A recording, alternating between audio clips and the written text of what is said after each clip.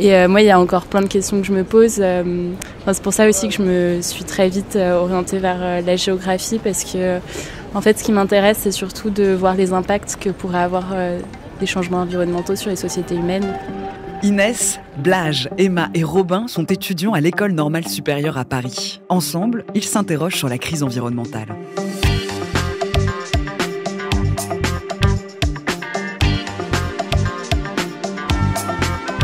Dès demain. Dès demain. Pourquoi ce changement climatique est important, pourquoi il est différent des précédents, pourquoi on s'y intéresse, pourquoi on a envie de le résoudre, pourquoi il va poser des problématiques aux sociétés humaines.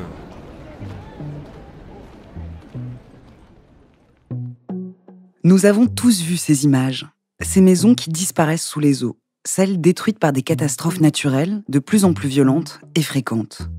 Tempêtes, méga-feux, inondations, sécheresses, désertification, dégradation des sols, hausse du niveau des mers. Le dérèglement climatique provoque déjà des migrations. Et on estime que d'ici 2050, il y aura environ 216 millions de migrants du climat. Bienvenue dans le podcast Dès demain. Aujourd'hui, on s'intéresse aux implications sociales et politiques de cette crise écologique qui redessine nos cartes géographiques. Épisode 4, demain, les exilés du climat. Bonjour Inès. Bonjour. Bonjour Robin. Bonjour. Et François Gémen, bonjour. Bonjour à vous. Merci d'être avec nous. Avec plaisir. Aujourd'hui, nous sommes avec Inès et Robin. Merci Natacha. François Gémen, vous êtes politologue et spécialiste de géopolitique de l'environnement. Vous êtes enseignant-chercheur à l'Université de Liège et à Sciences Po Paris. Vous avez d'ailleurs dirigé le programme de recherche interdisciplinaire politique de la Terre. Vous êtes membre du GIEC, le groupe d'experts intergouvernemental sur l'évolution du climat, et vous avez également cofondé l'Observatoire Défense et Climat à l'IRIS. Récemment, vous avez publié Géopolitique du climat, les relations internationales dans un monde en surchauffe, aux éditions Armand Collin. Avant tout, peut-on rappeler ce qui provoque des migrations climatiques, ce qui pousse des personnes à fuir ? En réalité, l'environnement a toujours été un facteur majeur de migration et de déplacement de population. Si nous habitons en Europe aujourd'hui, c'est parce que l'Europe, à la préhistoire, a été colonisée par des hommes et des femmes qui ont estimé que l'Europe jouissait d'un climat tempéré et de ressources naturelles abondantes. Et donc, à travers l'histoire, on peut trouver une quantité de phénomènes qui ont fait que les gens se sont déplacés à cause de conditions environnementales. C'est le peuplement de la Californie, par exemple. Dans les années 30, l'Arkansas, le Texas et l'Oklahoma sont touchés par une très grave sécheresse, qu'on va appeler le Dust Bowl, le bol de poussière littéralement.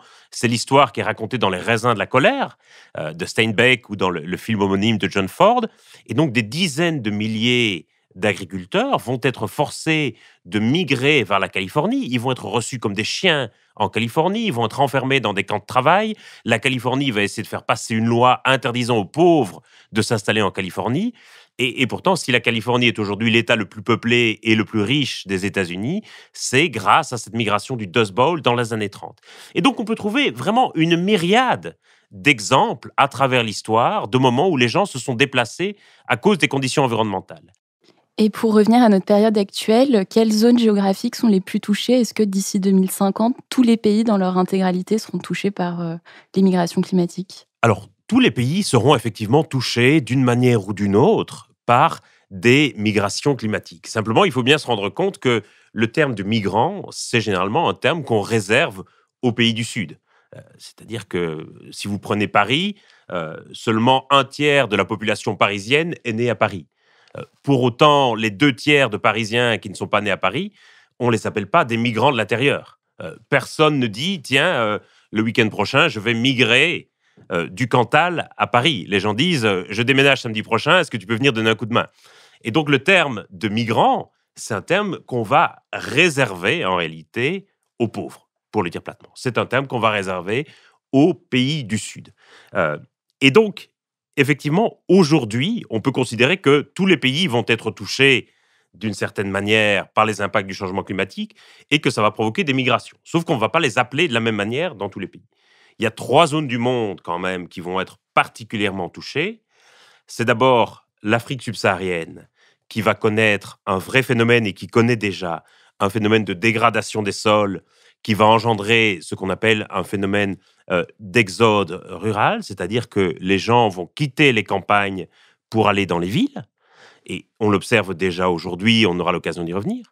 La deuxième zone, c'est l'Asie du Sud et du Sud-Est, c'est-à-dire la zone qui est la plus peuplée sur la planète et qui est très exposée à la fois aux phénomènes climatiques extrêmes, comme les ouragans ou les inondations, mais aussi à la hausse du niveau des mers. Il y a énormément de gens qui habitent sur les côtes ou dans des deltas, delta du Mékong, delta du Gange, delta du Yangtze. Ce sont des zones qui sont très vulnérables à la hausse du niveau des mers.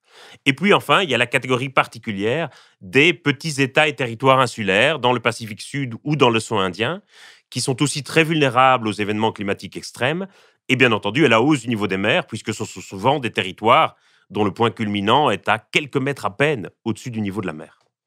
Donc vous évoquiez l'Afrique subsaharienne, l'Asie du Sud-Est. On a tendance à croire en Europe que ces conséquences du réchauffement climatique sont assez lointaines, mais toutes les populations côtières vont aussi être touchées, y compris des grandes villes comme Londres ou New York.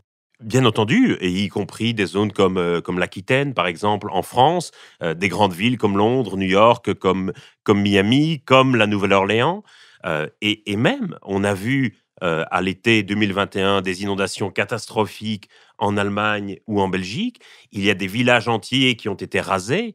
Vraisemblablement, il y a des gens qui ne reviendront jamais dans leur ancien lieu d'habitation. Et donc, d'une certaine manière, ces personnes vont devenir des migrants de l'intérieur en raison de questions climatiques et environnementales. On ne les appellera pas comme ça, parce que, comme je l'ai dit, c'est un terme qu'on réserve souvent aux pays du Sud, mais dans la réalité, c'est ça qui va se passer.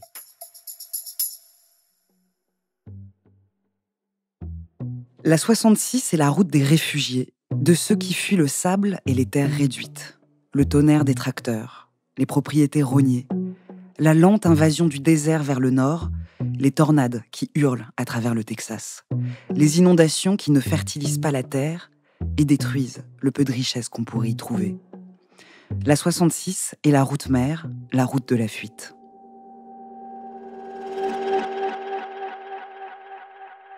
Donc, vous venez d'entendre un extrait de l'œuvre de John Steinbeck qu'on évoquait tout à l'heure. Oui, les grands esprits se rencontrent.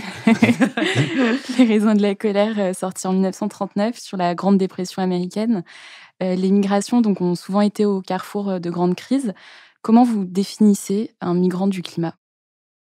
À la fin de la Seconde Guerre mondiale, on va mettre en place tout un régime politique et juridique de gestion des migrations et de l'asile. Et à ce moment-là, on va simplifier les choses et on va considérer que les gens ne se déplacent que pour deux raisons.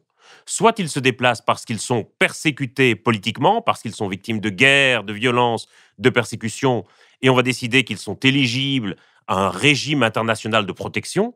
Ce sera la Convention de Genève qui prévoit les conditions de l'asile. Ou alors, on va décider qu'ils migrent pour des raisons économiques, parce qu'ils cherchent un meilleur job, un meilleur salaire. Et à ce moment-là, on va dire qu'il n'y a pas de régime spécifique de protection et que c'est aux États de destination de décider dans quelles conditions ils veulent les accueillir ou pas.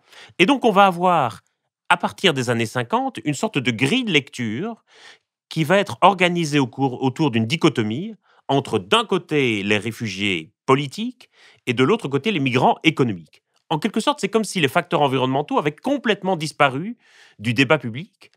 Et puis, à la faveur du changement climatique, on va se rendre compte que le changement climatique va aussi provoquer de très importants déplacements de population.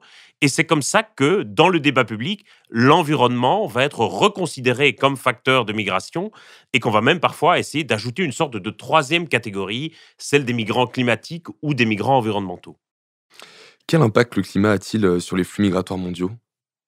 Aujourd'hui, on peut considérer que le climat est un des premiers facteurs de migration et de déplacement dans le monde. Je donne juste quelques chiffres. Par exemple, en 2020, malheureusement, on n'a pas encore les chiffres pour 2021, mais en 2020, il y a 30 millions de personnes qui ont été déplacées à la suite d'événements climatiques extrêmes, c'est-à-dire à la suite d'ouragans, à la suite d'inondations, de sécheresses ou d'incendies. Et en parallèle, en 2020, il y a 9,7 millions de personnes qui ont été déplacées par des conflits et par des violences. Ça veut dire qu'en 2020, il y a eu 3 fois plus de personnes déplacées par des événements climatiques extrêmes que par des conflits et des violences. Et 2020 n'est pas une année exceptionnelle. Chaque année, on a entre 20 et 40 millions de personnes déplacées par des événements climatiques extrêmes. Et chaque année, ce chiffre est 2 à 3 fois supérieur au nombre de personnes déplacées par des conflits et par des violences. Au Tuvalu, nous vivons la réalité du changement climatique avec la montée des eaux. Le ministre des Affaires étrangères de cet archipel polynésien a réussi à attirer l'attention du monde entier en enregistrant les pieds dans l'eau sa déclaration officielle pour la COP26. Sa vidéo est devenue virale sur Internet avant même sa diffusion officielle. Le message est clair, si rien n'est fait, l'archipel risque de disparaître. L'idée était de pouvoir communiquer cela aux dirigeants de la COP26, nous explique-t-il, pour qu'ils voient directement ce que c'est de ressentir les effets du changement climatique.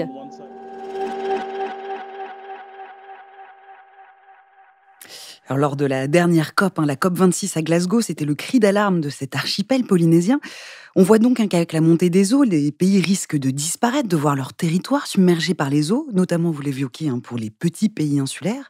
François Gémen, cela pose de nouvelles questions dans le droit international. C'est fascinant, parce que Tuvalu, c'est un pays que je connais bien. J'y ai habité pendant 3 mois, il y a 15 ans, dans le cadre de ma thèse de doctorat.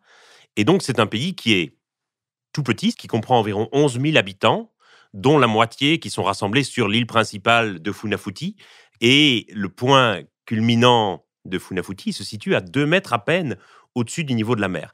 Et effectivement, il y a le risque de le voir disparaître complètement à cause de la hausse du niveau de la mer. Et là où ça pose une question fascinante dans le droit international, c'est que Tuvalu, c'est un État souverain et indépendant, comme les Maldives, comme les îles Marshall, et comme une petite dizaine d'autres encore qui sont dans cette situation de très faible élévation, mais d'être des États souverains et indépendants.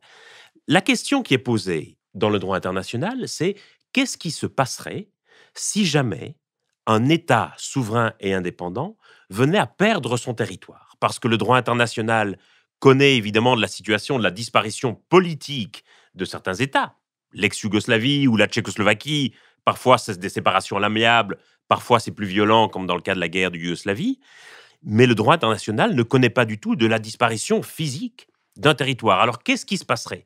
Parce que historiquement, on a toujours lié la qualité d'État au fait de posséder un territoire qui soit habité de façon permanente. C'est vraiment la base, le socle de l'État, aujourd'hui encore dans les critères de Montevideo qui définissent comment un État peut être reconnu dans le droit international, c'est le critère de base.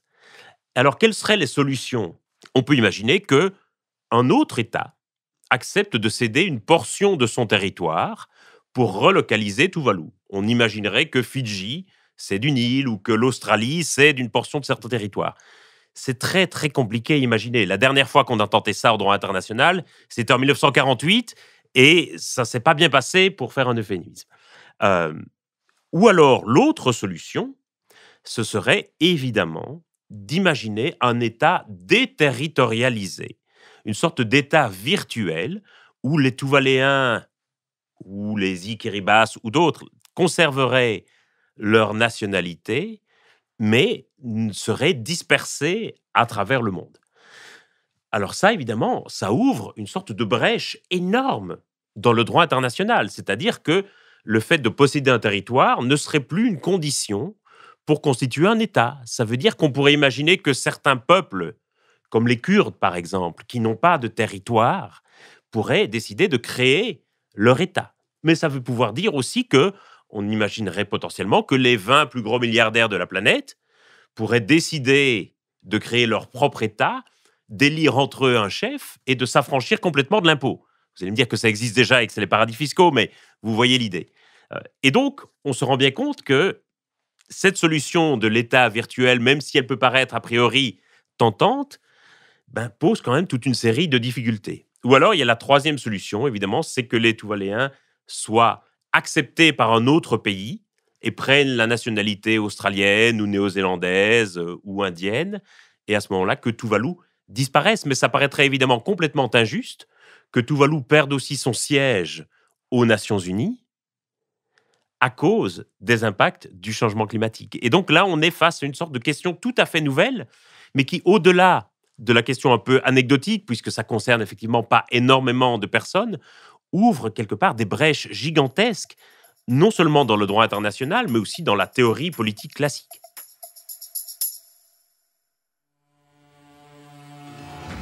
Le futur.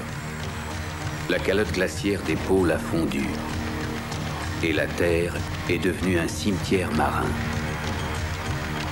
Ceux qui ont survécu se sont adaptés à un monde nouveau. Vous avez trouvé quelque chose durant ces 15 lunes?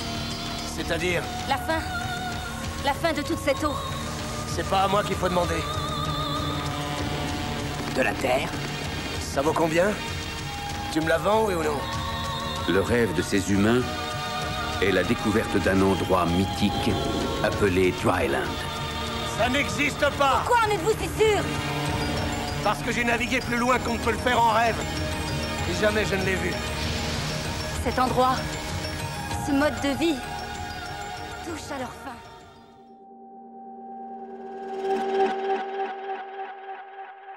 Un extrait de la bande-annonce du blockbuster de 1995 Waterworld, Un monde sans terre de Kevin Reynolds. Un gros échec commercial d'ailleurs, avec Kevin Costner. Je me souviens. Exactement. Alors que ça avait coûté une fortune en décor, ce film. Alors, pendant longtemps, la hausse du niveau des mers a été considérée comme de la science-fiction, mais désormais, ce sont des scénarios réalistes, notamment dans des scénarios du GIEC, des scénarios dits de seuil de rupture, François Gémen. Ah, oui, alors les seuils de rupture, c'est ce qui fait le plus peur aux climatologues. Et une des raisons pour laquelle on a choisi 2 degrés comme l'objectif de l'accord de Paris, c'est parce qu'en dessous de 2 degrés, les scientifiques étaient à peu près certains qu'on n'atteindrait pas ces seuils de rupture ou ces tipping points en anglais. Pour comprendre ce que c'est un seuil de rupture, imaginez que vous gravissiez le flanc d'une montagne et que vous poussiez devant vous un énorme rocher qui vous obstrue la vue. Et donc, vous poussez ce rocher et vous continuez à monter. Et vous savez bien conceptuellement qu'à un moment donné, vous allez atteindre le sommet et que dès le moment où vous allez atteindre le sommet, eh bien, le rocher va dévaler l'autre flanc de la colline et de la montagne et que vous n'allez pas pouvoir faire quoi que ce soit pour le retenir.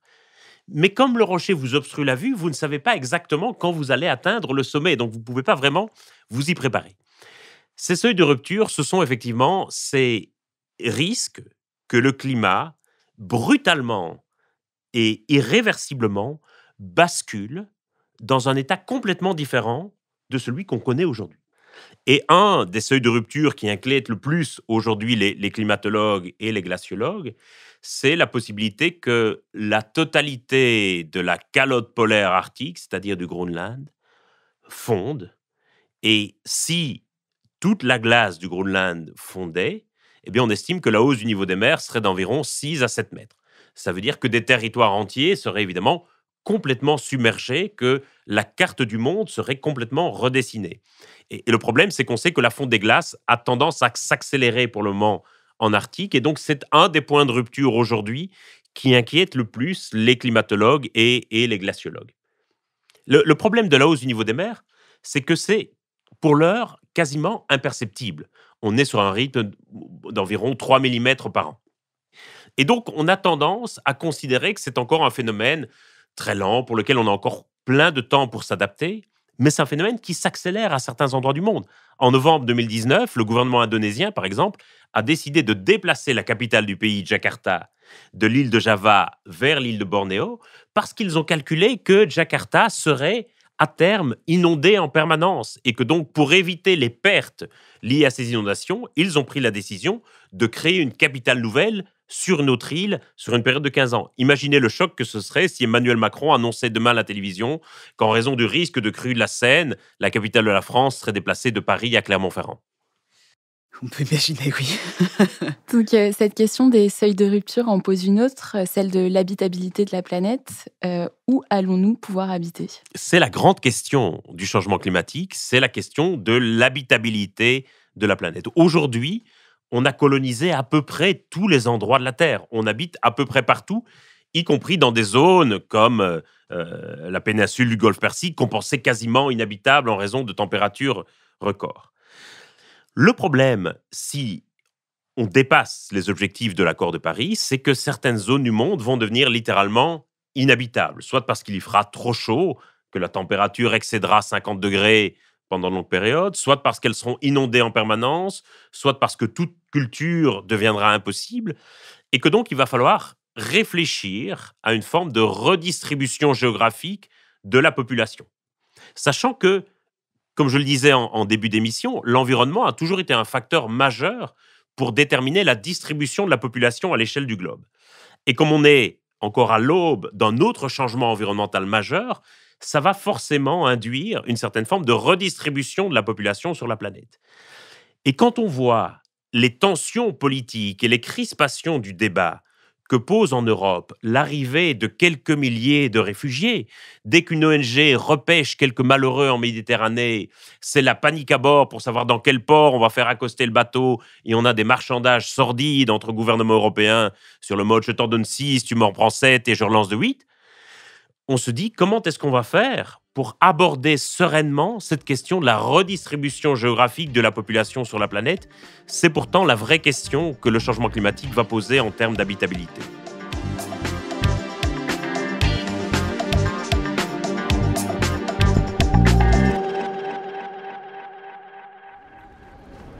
Dès qu'on va parler de 2050 ou de l'avenir ou de « ah, mais quand je serai adulte », toujours, moi, il y a le petit truc de « ouais, mais quand tu seras adulte, peut-être que, je sais pas, il y aura plus ça, il y aura plus ça, ou il y aura beaucoup de migration climatique, ou alors le droit des femmes sera complètement... il y aura un énorme recul en arrière à cause de toutes les conséquences que vont engendrer le changement climatique. » Ce qui m'angoisse là-dedans, on pourrait dire, c'est vraiment les changements sociaux, comment est-ce que ça va affecter, enfin, de se dire, mais toutes les personnes qui vivent sur le littoral, etc., mais comment ça va se passer pour eux, comment, tout bêtement, mais comment ma famille va être affectée, tous les pays méditerranéens, comment ça va se passer.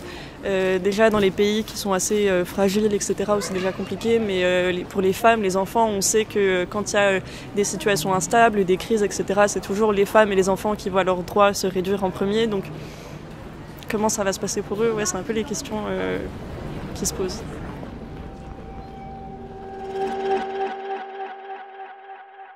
Les impacts et les conséquences du dérèglement climatique représentent un coût financier énorme, notamment pour les assureurs. Est-ce que cet impact financier sera le détonateur de notre prise de conscience? Je n'en suis pas sûr. Ça représente effectivement un enjeu financier énorme. Et les assureurs, et encore plus les assureurs des assureurs, donc les réassureurs, connaissent très bien effectivement le coût gigantesque des impacts du changement climatique. Le problème, c'est que il y a aujourd'hui toute une série d'intérêts économiques et financiers de court terme qui sont liés à l'exploitation des énergies fossiles et qui continuent à être dominants par rapport à ça. Un exemple qui m'a beaucoup marqué, ce sont les incendies qui ont eu lieu il y a quelques années en Australie. L'Australie était ravagée par des incendies absolument apocalyptiques. On se souvient de ces images terribles, et notamment du milliard d'animaux qui ont été tués lors de ces incendies. Et l'Australie, en même temps, est le mauvais élève par excellence de la lutte contre le changement climatique. Notamment parce que l'Australie continue à toucher des fortunes dans l'exploitation du charbon et que pour l'Australie, il n'est pas question de renoncer au charbon. Et je me souviens très bien qu'un collègue australien, à qui je demandais « mais comment c'est possible qu'un pays comme le tien, qui est à ce point touché par les impacts du changement climatique, qui est sans doute le pays industrialisé le plus vulnérable aux impacts du changement climatique, comment se fait-il que ce pays ne s'engage pas davantage dans la lutte contre le changement climatique et ne porte pas au plus haut niveau la lutte contre le changement climatique ?» Il me disait c'est très simple. C'est-à-dire que chaque année, l'exportation du charbon pour l'Australie, ça représente, je dis un chiffre au hasard, 10 milliards de dollars. Les incendies, ça a coûté 2 milliards de dollars. Et donc, si tu fais la balance, ce sont des chiffres imaginaires, mais le rapport de grandeur était semblable à celui-là. Et donc, si tu fais la balance, ça reste économiquement plus rentable pour l'Australie de continuer à exporter du charbon, quitte à payer pour les dommages du changement climatique. Et le problème, bien entendu, c'est que ceux qui profitent de l'exploitation des ressources fossiles ne sont pas les mêmes que ceux qui payent pour les dégâts du changement climatique. Pour lutter contre le changement climatique, vous recommandez parfois de changer de banque. Pourquoi ? Parce que c'est souvent c'est pas seulement une boutade, c'est aussi une réalité. C'est-à-dire que je pense que beaucoup de gens, en tout cas en France, ont aujourd'hui plutôt conscience de ce qu'ils peuvent faire pour réduire leur empreinte carbone. Ils peuvent utiliser davantage les transports en commun ou le vélo, manger des fruits et légumes de saison, etc. Mais beaucoup ne réalisent pas que l'épargne qu'ils ont en banque, sur des plans d'épargne logement ou sur des assurances vie, finance toute une série de projets d'énergie fossile. Et les banques françaises sont parmi les banques mondiales qui financent le plus des projets d'énergie fossile, notamment, je ne vais pas citer des noms, mais il y a une banque française qui est la principale banque européenne et qui a encore énormément d'intérêt dans le pétrole et dans le gaz, qui commence à sortir un peu du charbon pour le moment. Et donc, beaucoup de gens, à leur insu, financent des projets d'énergie fossile.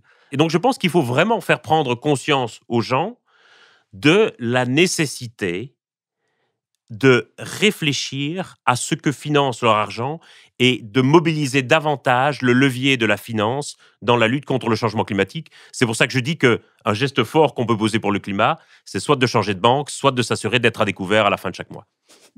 Alors pour continuer justement sur ces gestes d'engagement pour lutter contre le réchauffement climatique, qu'est-ce que vous pouvez nous recommander à nous trois autour de cette table ? Je pense qu'on a bien conscience aujourd'hui des gestes qu'on peut poser individuellement, dans son style de vie, dans ses habitudes de consommation, etc. Ce dont on n'a pas encore pleinement conscience, je crois, c'est de ce qu'on peut faire ensemble, c'est-à-dire du pouvoir des mobilisations collectives. Or, on sait que même si nous vivions tous comme Greta Thunberg, et soyons clairs, je ne veux ici donner de leçons à personne, moi-même je ne vis pas comme Greta Thunberg, même si nous vivions tous comme Greta Thunberg, on parviendrait à réduire collectivement environ 40% de nos émissions de gaz à effet de serre. Ça veut dire que l'essentiel de l'effort, il ne dépend pas de ce qu'on peut faire individuellement, mais il dépend de ce que l'on peut faire ensemble, c'est-à-dire des choix d'investissement des grandes entreprises, des décisions d'orientation politique, etc. Et donc c'est pour ça qu'il est vraiment essentiel que les gens réalisent la puissance de ce qu'ils peuvent faire ensemble. J'ai envie de dire qu'aujourd'hui, le plus important, c'est peut-être pas les petits gestes du quotidien, ça reste évidemment important, mais c'est pas suffisant et que les gens réalisent la nécessité d'agir ensemble aussi. Et vous avez dit, je cite, « Être chercheur, c'est la plus grande possibilité de changer les choses car la science pose les cadres du débat. » Est-ce que vous le pensez toujours ? Oui, moi je crois beaucoup à la capacité de la recherche de changer le monde, c'est vrai.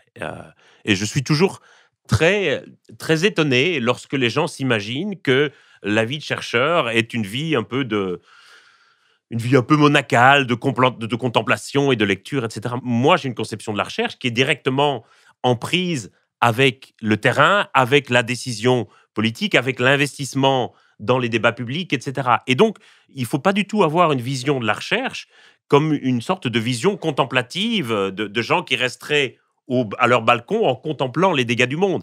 Mais par contre, je pense qu'il est très important pour les chercheurs de s'impliquer dans les débats publics, d'essayer d'informer à la fois le public, mais les décideurs aussi, des conséquences de leurs décisions. Et ça me paraît vraiment quelque chose d'essentiel.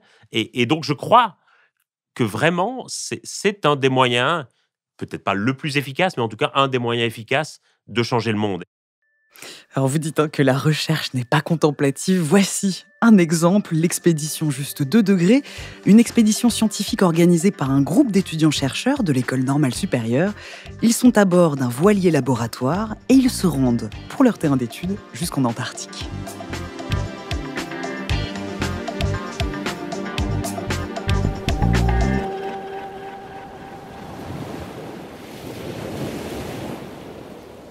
Bonjour, moi c'est Baptiste Arnaud, je suis microbiologiste dans l'équipe Antarctique de Degrés et j'ai 23 ans et j'étudie le plancton qu'on trouve dans l'eau de mer. Donc mon projet en fait, très précisément, c'est de la biogéographie. Je vais essayer d'étudier l'évolution de la biodiversité du nord au sud dans l'Atlantique. Et pour étudier ça, en fait, c'est assez simple. Je vais filtrer de l'eau de mer, je vais récupérer des filtres et je vais essayer de comprendre quels sont les micro-organismes qu'on trouve sur ces filtres. Et en plus de ça, je vais essayer de comprendre qui est là, mais aussi en quelle quantité, parce que je vais faire des mesures d'abondance microbienne. Donc moi, la question que je me pose, c'est, on sait qu'un jour ou l'autre, il va y avoir une augmentation de la température de l'eau de mer, c'est déjà le cas. comment est-ce que ça peut impacter la biodiversité à l'échelle des micro-organismes. C'est important de comprendre ça parce que ça nous donnera des indices pour comprendre comment la biodiversité à plus grande échelle va être modifiée et comment les écosystèmes vont être impactés. Quand on a commencé à la traverser, il y a eu pas mal de difficultés qui se sont posées. Des difficultés surtout de l'ordre matériel en fait. Parce que quand on est sur un bateau, sur un voilier comme nous, il y a un gros problème d'énergie. Il n'y a pas beaucoup d'électricité à bord et moi, mes échantillons, ils sont censés être conservés dans un surgélateur. Donc en fait, on a assez rapidement compris qu'ils ne seraient pas stockés dans un surgélateur et qu'il fallait adapter nos protocoles. Après, quand on est à la voile, il y a eu quelques anecdotes assez savoureuses. Donc notamment un moment où on était avec Olivier en fait dans le cockpit en train de faire des manœuvres et on avait plein de problèmes quoi. Il y avait rien calé, des voiles qui claquaient dans tous les sens, il fallait changer de bord. Et en fait, au milieu d'une manœuvre, d'un coup, on se retourne et on voit à bâbord, à 20 mètres, une baleine à bosse en fait qui sort de l'eau. Et on voit la baleine et ça fait un moment un petit peu hors du temps, de vide, quelques secondes comme ça où on se regarde. Et ensuite, il faut retourner tout de suite à la manœuvre et puis se dire « Ok, j'ai vu un truc super, je le garde en tête pour plus tard. » quoi. C'est des moments assez forts et super sympas a posteriori. Quoi.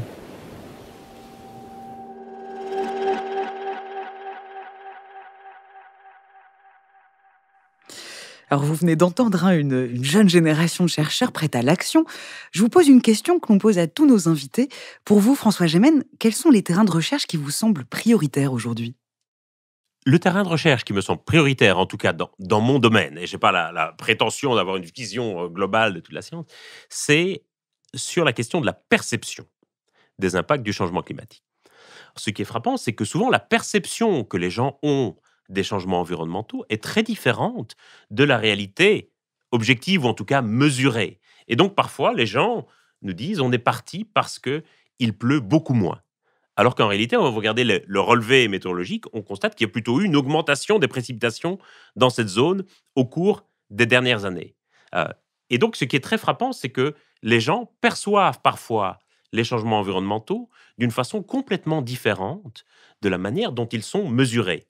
Et que les gens, évidemment, fondent leurs décisions sur leur perception. Or, c'est un point complètement aveugle. Jusqu'ici, dans tout le rapport du GIEC, dans toutes les décisions de politique publique, on s'est fondé sur les modèles, sur les relevés et sur les mesures, mais pas du tout sur la manière dont les gens percevaient ces changements. C'est donc cette question des perceptions est très, très importante et c'est vraiment un des points aveugles de la recherche aujourd'hui. Et François Gémen, auriez-vous envie de transmettre quelque chose en particulier aux jeunes générations de chercheurs et à ceux qui souhaitent s'engager vers ces métiers ? Oui, je leur dirais de ne pas se décourager. C'est vrai que, on ne va pas mentir, l'enseignement supérieur à la recherche en France sont drastiquement sous-financés, ce sont souvent des conditions assez déplorables, et notamment les bourses de thèse, non seulement ne sont pas en nombre suffisant, mais surtout ne fournissent pas un salaire que moi j'estime suffisant.